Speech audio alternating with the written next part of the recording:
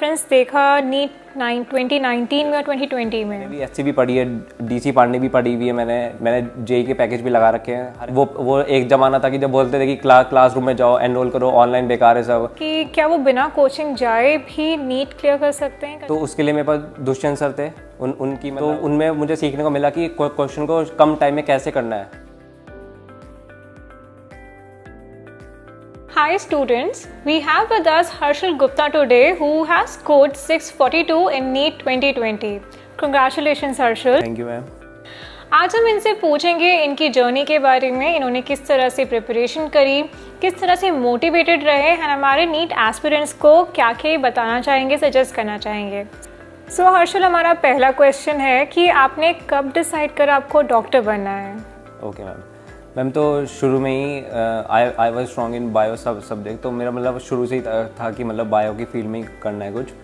तो interest develop हुआ मेरा कि मतलब कि अच्छे मार्क्स भी आ रहे हैं मेरे उसमें, तो ग्रेजुअली मतलब I decided then finally that I have to go in medical field. Okay, so आप अपने घर में पहले डॉक्टर बनेंगे? ये तो बहुत अच्छी बात है। Harshal, since you are a dropper, तो आपने क्या डिफरेंस देखा नीट 2019 में और 2020 में? मैम एक्चुअली 2019 वाला भी थोड़ा आसान था।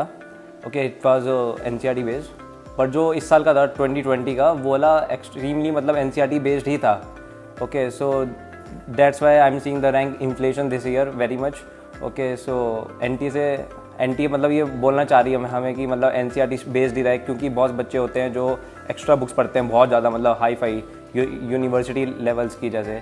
तो एनटी उनको मतलब एक तरह से बोलना चाह रही है कि एनसीईआरटी भी इम्पॉर्टेंट है, उसमें भी कॉन्सेप्ट्स हैं जो आपको आने चाहिए मतलब। सो आपने कौन सी बुक्स में पढ़ा है? आपको क्या लगता है कि कौन सी बुक्स को पढ़ना चाहिए एंड बहुत ज़्यादा बुक्स होनी भी ज़रूरी है या नहीं है? नहीं, बहुत ज़्यादा बुक से फ़र्क नहीं पड़ता, क्योंकि ऐसे लोग भी होते हैं जो बंडल्स होता है जिनके पास बुक्स का मतलब पूरा भरा हुआ कि मैथ बायो की 5-6 बुक, केमिस्ट्री की 10-12 बुक, ऐसे कुछ मतलब रिक्वायरमेंट नहीं है। सबसे पहली रिक्वायरमेंट तो यही है कि मतलब एनसीईआरटी होने मतलब बेसिक है ही, वो तो सबके होनी ही चाहिए। तो अगर मैं बायो की बात करूँ तो बायो में तो सबको पता ही है, मेरी कुछ मतलब बोलने की आवश्यकता नहीं है कि बायो में तो एनसीईआरटी ही है, गीता, तो उसको पढ़ें काफ़ी ठीक है। और एक एमसीक्यू की अपने पास बुक रखें, चाहे कोई भी हो, मतलब एमटीजी हो या कोई भी बुक हो, उसको रखें अपने पास। केमिस्ट्री भी एनसीईआरटी बेस्ड ही है, क्योंकि ऑर्गेनिक इनऑर्गेनिक एनसीईआरटी बेस्ड ही आते हैं। फिजिकल में थोड़ा सा फिजिक्स की तरह है कि आपको कॉन्सेप्ट पता होने चाहिए, न्यूमेरिकल्स आते हैं वहाँ पे, तो वो भी मतलब क्वेश्चन प्रैक्टिस करो आप, मतलब हो जाएगा आराम से।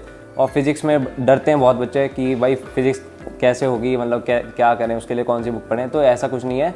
एनसीईआरटी बेसिक है, उसको पढ़ें और फिर धीरे धीरे अपना मतलब जो लेवल होता है वो बढ़ाते जाएं। सो जो आपने प्रिपरेशन करी है वो मतलब केवल एनसीईआरटी के बेसिस पे करी है या आपने और भी बुक्स रेफ़र करी? नहीं, और भी बुक्स रेफ़र की हैं मैंने जेई के पैकेज भी सॉल्व किए हैं, बट इसका रिक्वायरमेंट नहीं है बिल्कुल भी, क्योंकि जो मैं ऑब्जर्व कर रहा हूँ पास्ट 2 ईयर्स से, तो मुझे नहीं लगता कि इसकी रिक्वायरमेंट है, क्योंकि मैंने भी एससी भी पढ़ी है, डीसी पांडे भी पढ़ी हुई है, मैंने जेई के पैकेज भी लगा रखे हैं, मैंने क्वेश्चन जो होता है मतलब सॉल्व किया हुआ है मैंने, बट रिक्वायरमेंट ही नहीं है। जब क्यों करना है, क्योंकि मेरे बैच में भी कुछ बच्चे थे ऐसे जो बड़ी बड़ी बुक्स पढ़ते थे, रेस्निक हेलिडे, इरोडो वगैरह, कुछ नहीं पढ़ना है ये सब। तो आपका स्कोर कितना आया था 2019 में? 2019 में थोड़ा कम था मेरा एक्चुअली, तो उसमें मेरा 559 था स्कोर, और लास्ट सीट जो बंद हुई थी मतलब 2019 में वो 575 पे थी बंद। तो आई वाज मतलब कि थोड़ा डिप्रेस था मैं कि काश मैं कुछ और मेहनत कर लेता, थोड़ी 1-2 क्वेश्चन और सही कर लेता, बट कोई नहीं, अल्टीमेटली एक्सपीरियंसेस मिले, मुझे सीखने को मिला अपने फेलियर वगैरह से। तो 2020 में मेहनत की और 642 लाया मैं। ये बताइए, जैसे अभी तो पैंडेमिक का टाइम था, पूरा लॉकडाउन लगा हुआ था, काफ़ी जगह तो अभी भी है, तो आपका जो शेड्यूल था, टाइम टेबल था, ये किस तरह से रहा है इस साल? कोरोना पेंडेमिक में हमें टाइम भी मिला है काफ़ी, क्योंकि मार्च पहले पेपर था हमारा, मई में था, 2 मई को था, तो कोरोना वायरस पेंडेमिक में भी हमें काफ़ी मंथ्स का टाइम मिला, तो उस दौरान मैंने उसको यूटिलाइज़ किया काफ़ी। उसमें मैंने जो मेरे कॉन्सेप्ट लैक कर रहे थे मेरे, चाहे वो फिज़िक्स की बात हो चाहे केमिस्ट्री की बात हो, ठीक है, तो वो मैंने ऑनलाइन ही किया था फिर, क्योंकि बहुत सारी चीज़ें होती हैं जो हमें ऑफलाइन नहीं चलती हैं पता, क्योंकि इतना ज़्यादा रश होता है, मतलब इतनी ज़्यादा मतलब वो होता है, तो ऑनलाइन में ही हेल्प की है मेरी काफ़ी। आपके अकॉर्डिंग ऑनलाइन कोचिंग से, सिर्फ पढ़ने से बच्चे नीट क्रैक कर सकते हैं? बिल्कुल। ऑनलाइन प्लेटफॉर्म ही आजकल मतलब एक वो हो रहा है बूस्ट की, वो एकदम ट्रू बात है वो कि होते हैं सिलेक्शन। वो एक ज़माना था कि जब बोलते थे कि क्लासरूम में जाओ, एनरोल करो, ऑनलाइन बेकार है सब कुछ समझ नहीं आता है। ऐसा बिल्कुल भी नहीं है, बिल्कुल भी सही में। ये बताइए आपने पार्टीज़ कितनी मिस करी हैं? एक्चुअली पार्टीज़ में बहुत कम पार्टीज़ थी मतलब जो मिस की है। ऐसा नहीं है कि बहुत ज़्यादा मिस हो रही है। एक्टिव था मैं बिल्कुल, ऐसा नहीं है कुछ। मतलब मेरा यही वो है कि पढ़ो तो मज़े से पढ़ो, बिल्कुल ऐसा नहीं है कि बुक्स में कर रहे हैं बिल्कुल कि मतलब हिलना ही नहीं है कहीं भी, ऐसा नहीं है, बिल्कुल मज़े से पढ़ो बिल्कुल। आपको क्या लगता है कि कोई अगर कम्प्लीटली बुक्स पढ़ रहा है, 24 घंटे वो पढ़ रहा है, तो ये सही अप्रोच है या नहीं? नहीं, बिल्कुल गलत अप्रोच है। क्योंकि ऐसे भी मेरे फ्रेंड्स थे कुछ, मैं मतलब नेम नहीं लूँगा उनका, वो पढ़ते थे मतलब 12 घंटे 16 घंटे ऐसे। तो रिक्वायरमेंट बिल्कुल भी नहीं है, ऐसे मज़े से पढ़ो। इनफैक्ट मेरा एक फ्रेंड है, उसका स्कोर भी काफ़ी अच्छा है और वो मज़े करता था मतलब पूरे, कि ऐसा भी नहीं कि मज़े करने बिल्कुल, पर इंटरेस्ट के साथ पढ़ो बिल्कुल, कि जब माइंड फ्रेश हो तब पढ़ो, जब वो हो बोर तब मस्ती करो, ऐसे करना चाहिए बिल्कुल। असल ये टाइम भी ज़रूर आया होगा जब आपने बहुत लो या डीमोटिवेटेड फील करा होगा, तो आपने इस चीज़ को मतलब किस तरह से you motivated yourself back to like फिर से प्रिपेयर करना स्टार्ट कर दिया आपने? ऐसा फेज़ में आता रहता है और आई एम वेरी ब्लेस्ड कि यंगर ब्रदर है मेरे पास, तो उसके साथ एंटरटेनमेंट था मेरा। जब भी मतलब डिप्रेस था मैं या मन नहीं करा पढ़ने में, तो थैंक्स टू माई ब्रदर, उसके साथ टाइम स्पेंड करता था मैं, ऐसा था। काफ़ी अच्छी बॉन्डिंग लगती है सुनकर आपके ब्रदर के साथ। मारता भी हूँ उसको, पढ़ाता भी हूँ उसको, तो अच्छा बॉन्डिंग है। तो हर्षल, एक टाइम आता है जब हम ऐसे कॉम्पिटिटिव एग्ज़ाम के लिए प्रिपेयर करते हैं तो बड़े चैलेंजेस हमें फेस करने पड़ते हैं, अप्स एंड डाउन्स आते हैं, तो आपके साथ भी ज़रूर आए होंगे, तो आपने किस तरह उनको फेस करा? देखिए मैम, अप्स एंड डाउन्स तो आती है मतलब लाइफ में, ये एक तरह का लाइफ का पार्ट ही है। और 9th-10th में मैं बताना चाहूँगा कि 9th-10th में ओवर कॉन्फिडेंट था मैं काफ़ी ज़्यादा, क्योंकि लगता था कि बोर्ड्स बहुत आसान है, निकल जाएंगे, ऐसा कुछ नहीं है। बट 10th क्लास जब हमारा बोर्ड का रिजल्ट आया तो आई वॉज शॉक्ड, बिकॉज मेरी 10th में परसेंटेज शायद 89.8 के आसपास थी and I was not there in the top 10 list. तो वहाँ से सीखने को मिला मुझे काफ़ी ज़्यादा कि भाई ऐसा नहीं है कि कॉन्फिडेंस ठीक बात है, पर मतलब ओवर नहीं होना चाहिए कभी भी। फिर 12th में अपॉर्चुनिटी मिली फिर से मुझे, तो उसको मैंने सही तरह से यूटिलाइज़ किया एंड उसमें I was the science topper of my school और 94% थे मेरे उस वक्त। पर तब खुशी थी काफ़ी ज़्यादा कि अरे वाह भाई क्या हो गया है, मज़ा आ गया, ठीक है। फिर जब हम बाहर आए स्कूल से तो असली रियलिटी जो होती है एग्ज़ाम्स की, वो तब चली मुझे पता कि जहाँ पे you have 16 lakh competitors competing for a single seat, that is very very tough. Okay, then I realise कि नहीं ऐसे नहीं होगा, कि हमें और पढ़ना पड़ेगा अब। तो फिर मैंने इस तरह से अपने आप को मतलब चेंज किया कि पढ़ना है और पढ़ना है, तो ऐसे था। तो स्टूडियस तो आप शुरू से ही रहे हो, लेकिन मस्ती भी की है थोड़ी बहुत। वैसे आप स्कूल में रहे कैसे हो? मस्ती करी है खूब? मतलब स्पोर्ट्स मतलब इवेंट्स होते हैं, स्पोर्ट्स इवेंट्स होते हैं, कोई एनेक्डोट्स वगैरह होते हैं, सेमिनार्स होते हैं, उनमें था मैं इन्वॉल्व, पर ऐसा नहीं है कि बिल्कुल ही इन्वॉल्व था। स्टडीज़ अपनी जगह पे थी मेरी। हर्षल, काफ़ी सारे बच्चे होते हैं दोस्तों के not go to coaching centres, so आपको क्या लगता है, आप क्या सजेस्ट करेंगे बच्चों को कि क्या वो बिना कोचिंग जाए भी नीट क्लियर कर सकते हैं एक अच्छे स्कोर के साथ?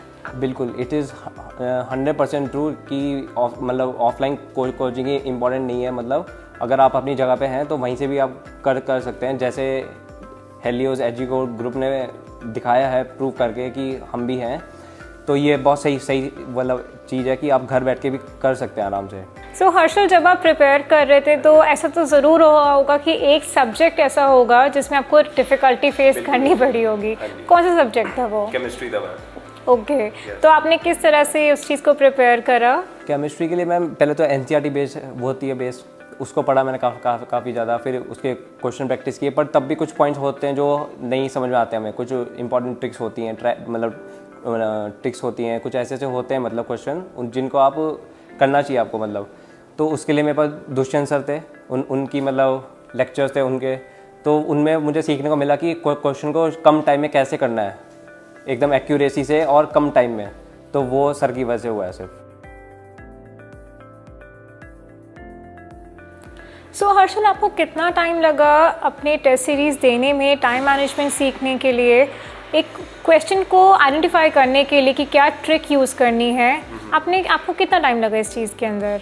ये प्रोसेस ग्रेजुअल होता है मैम, कि कम मार्क्स आ रहे हैं फिर रिवाइज़ करो, कम मार्क्स आ रहे हैं फिर रिवाइज करो, तो ऐसी बात नहीं है। तो और साथ में मेरे पास प्लस पॉइंट ये था कि हेलियोस की टीम मेरे साथ हमेशा से रही, और special thanks to Dushyant sir for इस एक्सेलेंट केमिस्ट्री ट्रिक्स, नोट्स वगैरह सब अच्छे थे उनके, मतलब उन सर को मतलब really thanks to sir only. Harshal, ये बताइए, आपने एग्ज़ाम में सारे क्वेश्चन अटेम्प्ट करे थे या फिर कुछ किसी क्वेश्चन में डाउट था? एक्चुअली मैम आई थिंक 175 किए थे मैंने, शायद 180 में से, राइट। पेपर आसान था पर मुझे मन था कि और करने चाहिए, बट नेगेटिव मार्किंग भी है इसमें, तो I decided that not to do 5 questions, let's leave those 5 questions and proceed with the 175 questions. ये बताइए, आपको किस चीज़ में स्पेशलाइजेशन लेनी है? अभी मैम वो तो बहुत लंबा ड्रीम है इस स्पेशलाइजेशन का, पहले MBBS ही कर लेते हैं, ठीक है। वो इंटरेस्ट देखते हैं किस चीज़ में डेवलप होता है हमारा, कार्डियो में मतलब डेवलप होता है, बोन फील्ड में डेवलप होता है, ऐसे अभी डिसाइड ही नहीं एक्चुअली कि किस फील्ड में जाना है, वो तो बात की बात है मैम, 5 ईयर्स बाद। ये आप कुछ सजेस्ट करना चाहेंगे हमारे नीट एस्पिरेंट्स के लिए? सजेशन मेरी यही रहेगी कि मतलब अवॉइड हैवी बुक्स, सबसे पहला पॉइंट तो, क्योंकि मैंने देखा है बहुत कि बड़ी बड़ी बुक्स पढ़ते हैं, यूनिवर्सिटी की बुक्स होती हैं, उनको बिल्कुल नहीं पढ़ना है, क्योंकि NTA भी हमें यही बोल रही है पास्ट 2 ईयर से कि NCERT बेस्ड ही रहे हैं आप लोग, ठीक है। तो पहली टिप तो ये है मेरी, और दूसरी टिप ये है कि मतलब ऐसा नहीं पढ़ना कि 24 घंटे पढ़ रहे हैं, बिल्कुल गैप्स लेके पढ़ें और बढ़िया सा पढ़ें, ठीक है। ऐसा कभी नहीं करना कि 24 घंटे पढ़ रहे हैं पूरे, मेरी यही टिप रहेगी। और तीसरी टिप मैं कहूँगा कि जब भी आप कभी डिप्रेस हो, लो फील करें, तो मतलब अपने पेरेंट्स के साथ शेयर करें, सिबलिंग्स के साथ शेयर करें, तो आप बूस्टअप होते हैं। ये वर्क किया सही में really. Okay, thank you so much for your time Harshal, and I hope हमारे स्टूडेंट्स को थोड़ी मोटिवेशन ज़रूर मिली होगी एंड फैमिली इम्पोर्टेंस भी समझ आई होगी। Thank you.